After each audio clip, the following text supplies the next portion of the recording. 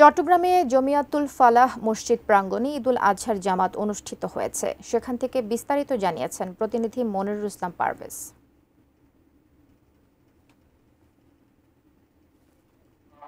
চট্টগ্রামে প্রথম যে জামাত সেটি 7:30টায় শুরু হয়েছে এবং এই জামাতে ইমামতি করছেন আবু তালেব মোহাম্মদ আলাউদ্দিন।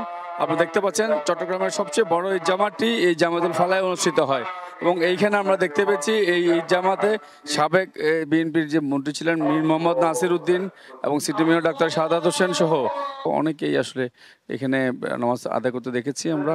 চট্টগ্রামের সবচেয়ে এই বড় জামাতটি এই জামাতুল ফালায় কিন্তু অনুষ্ঠিত হয়ে থাকে।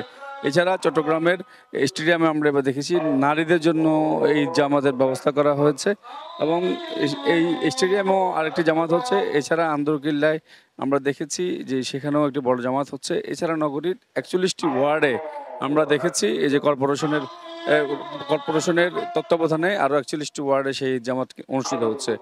এবং এর পরপরই আসলে যে কোরবানির যে আনুষ্ঠানিকতা সেটি হবে।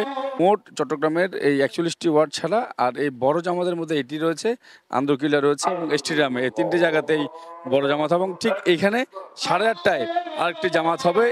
এর পরে মোটামুটি ঈদ জামাতের আনুষ্ঠানিকতা শেষ হবে। তো আপাতত ঈদ জামাত নিয়ে জামাতুল ফালাহ থেকে আমার কাছে এখান থেকে এতটুকুই রয়েছে।